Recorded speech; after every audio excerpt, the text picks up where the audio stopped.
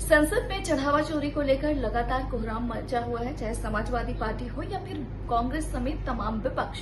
इसी पर बातचीत करने के लिए हमारे साथ मौजूद है बीजेपी के वरिष्ठ नेता और राज्यसभा सांसद नरेश बंसल जी। संसद की अगर बात करें सर, तो समाजवादी पार्टी रोज ही दान पेटी लेकर संसद पहुंच रही है और लगातार राम मंदिर चढ़ावा मामले को लेकर अपनी आपत्ति दर्ज करा रही है। आखिरकार ये लोग चाहते क्या है?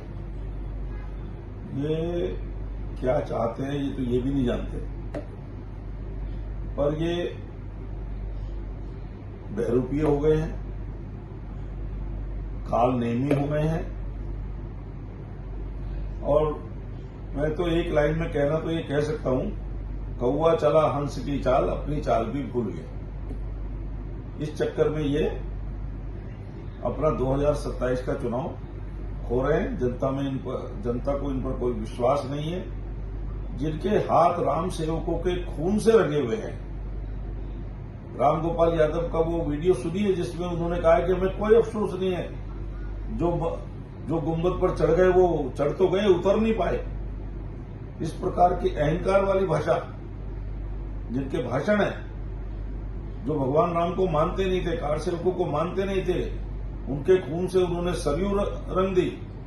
आज वो अपने अंतिम समय गिन रहे हैं, राम नाम राम राम कर रहे हैं। हम तो मानते हैं कि अंतिम समय में सबको राम का नाम लेना ही है। तो मुझे लगता है कि समाजवादी पार्टी का उत्तर प्रदेश में ये पराभव की न्यूनतम रेखा होगी। आपको लगता है कि समाजवादी पार्टी अखिलेश यादव जो सपा के मुखिया हैं, भारतीय जनता पार्टी के पिच पर खेल रहे हैं? अब ये तो वो देखें किस पिच पे खेल रहे हैं। पर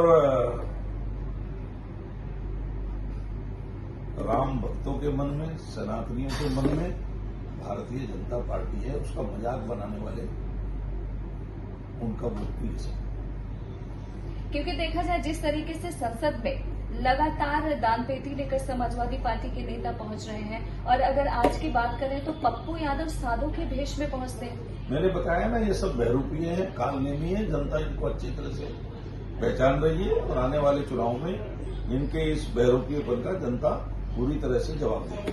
आपको लगता है कि पप्पू यादव ने सनातन धर्म का अपमान किया? निश्चित रूप से अपमान किया है। भेष बदलकर जो उन्होंने मजाक बनाने का काम किया है, ये सनातन धर्म का अपमान है।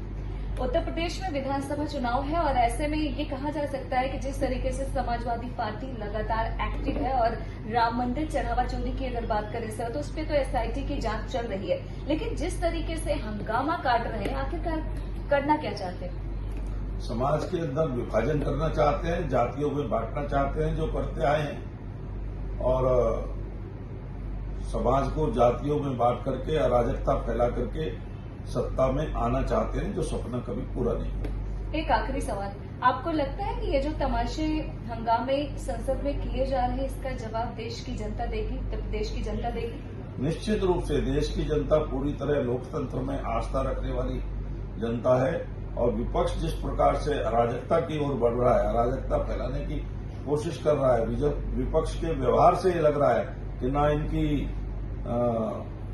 विचार विनिमय में आस्था है, ना इनकी लोकतंत्र में आस्था है, ना इनकी सेना में आस्था है, ना न्यायालय में आस्था है, ना लोकतंत्र की मंदिर संसद में आस्था है। संसद में ये डिबेट से भागते हैं। ये जनता देख रही है, इसलिए जनता इनको आने वाले चुनाव में माकूल जवाब देगी।